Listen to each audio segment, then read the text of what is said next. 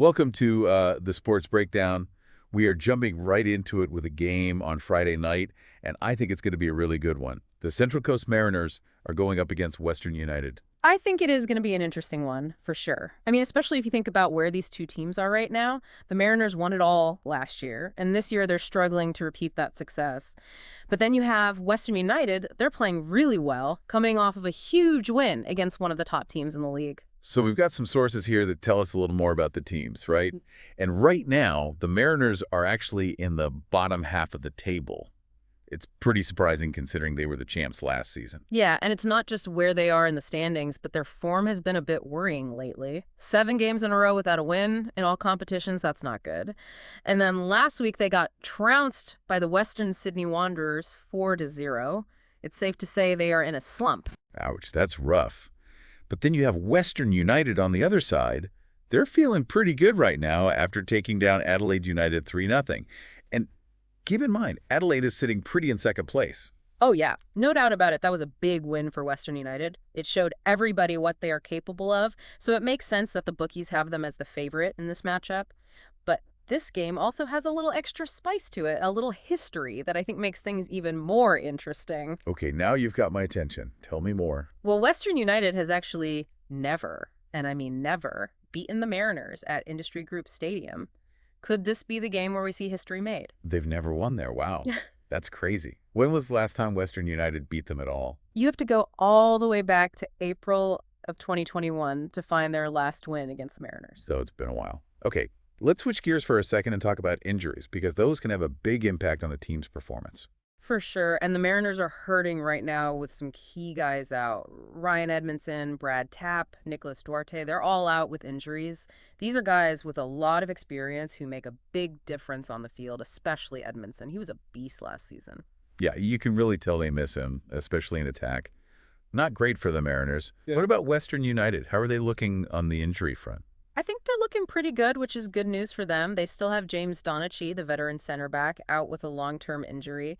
But the good news is that Charbel Chamoun and Sebastian Pasquale are back in the mix. They're not starting, but their coach, John Aloisi, has them as options. So we have a situation where the Mariners are in a slump and missing some important players, and Western United are looking pretty good all around. But this is football, right? Anything is possible on game day. You are absolutely right about that. We can't forget that the Mariners have that championship DNA in them.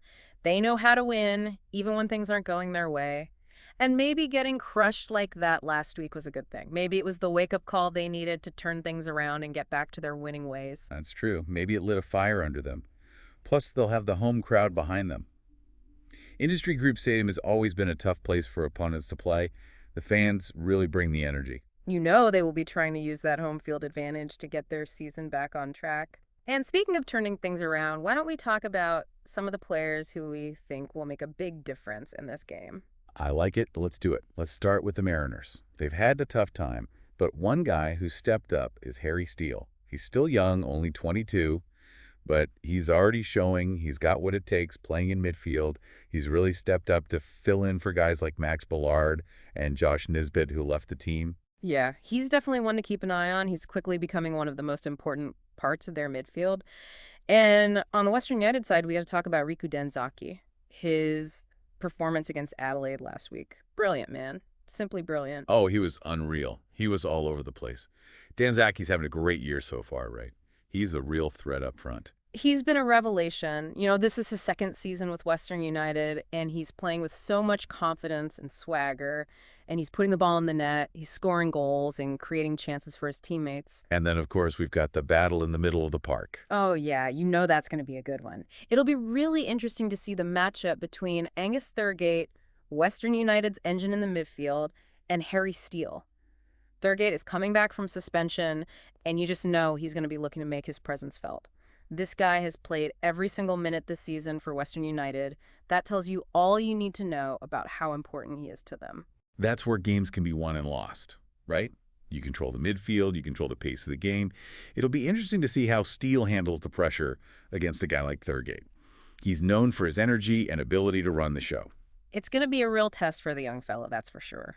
Thurgate, he loves to push up the pitch, try to make things happen, create chances. Steele, he's more like that wall in front of the defense, you know?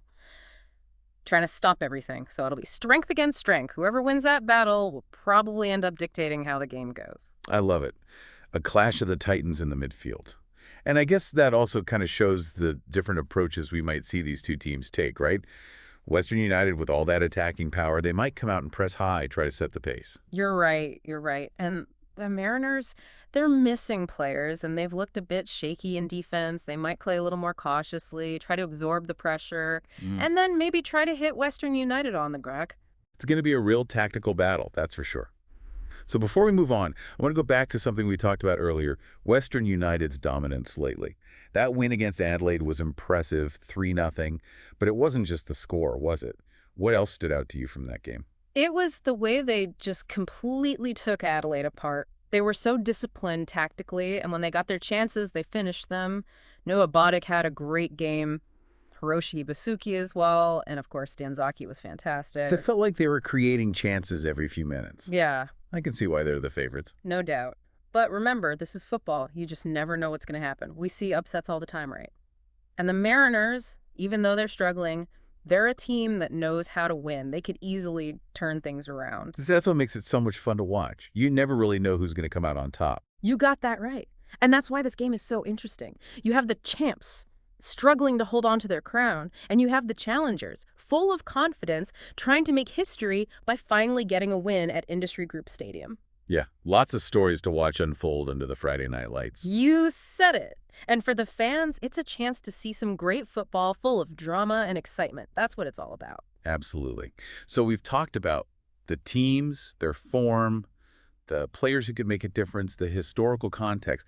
But what does it all mean for our listeners? What should they be paying attention to when they watch this game? What are the key things that could decide the outcome?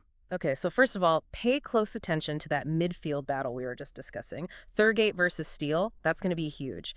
If you can win that midfield battle, you can usually control the tempo of the entire match. Okay, yeah, that's definitely one to watch. What else? Second thing, watch how the Mariners deal with Western United's attack. Can they handle the pressure?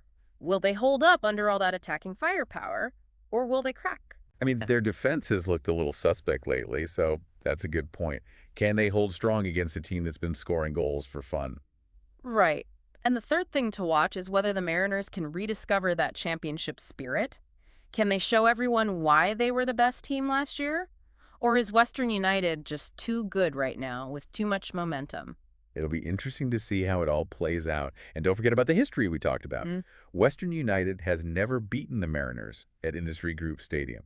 So could this be the night they finally break that streak? That would be something special, wouldn't it? But maybe the Mariners can use that history to their advantage, you know? Maybe it will inspire them to fight even harder. We'll have to wait and see. I feel like we've talked about everything. You know, the team's form, the injuries, the players we think will have a big impact, even a little bit of history. But when it comes down to it, it's football. And sometimes anything can happen out there. You said it. We can look at all the stats and analyze all the tactics and make our predictions. But at the end of the day, the players are the ones who decide the outcome. You know what I mean? Exactly. That's what makes it so exciting, right? Yeah. So we've got these two teams, two very different stories, but they both have their strengths, they both have their weaknesses, and now it's time for them to go head-to-head under the Friday night lights. I can't wait to see it. You've got two different styles of play, and this game is going to be a real test of character for both sides.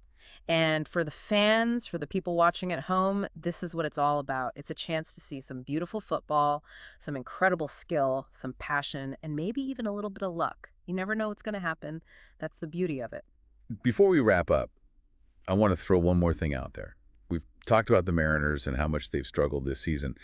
But what if, just hear me out, what if this tough stretch they've been through actually ends up helping them in the long run? That's an interesting thought. I'm listening. What I mean is, maybe going through this rough patch has forced them to take a hard look at themselves.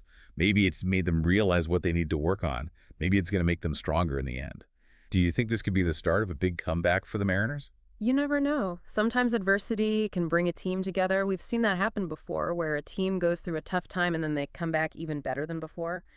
It's definitely possible. If the Mariners can take the lessons they've learned from these tough times and really use them to grow, they could absolutely come back stronger than ever. Man, that would be an amazing story.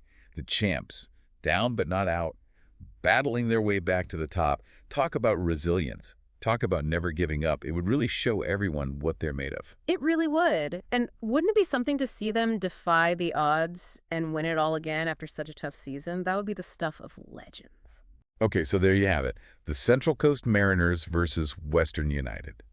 Two teams on very different paths, but both looking for the same thing, a win. Who's going to come out on top? We'll have to wait and see what happens on Friday night. It's going to be a great game, that's for sure. Thanks for listening, everybody, and we'll see you back here next week for another deep dive into the world of sports.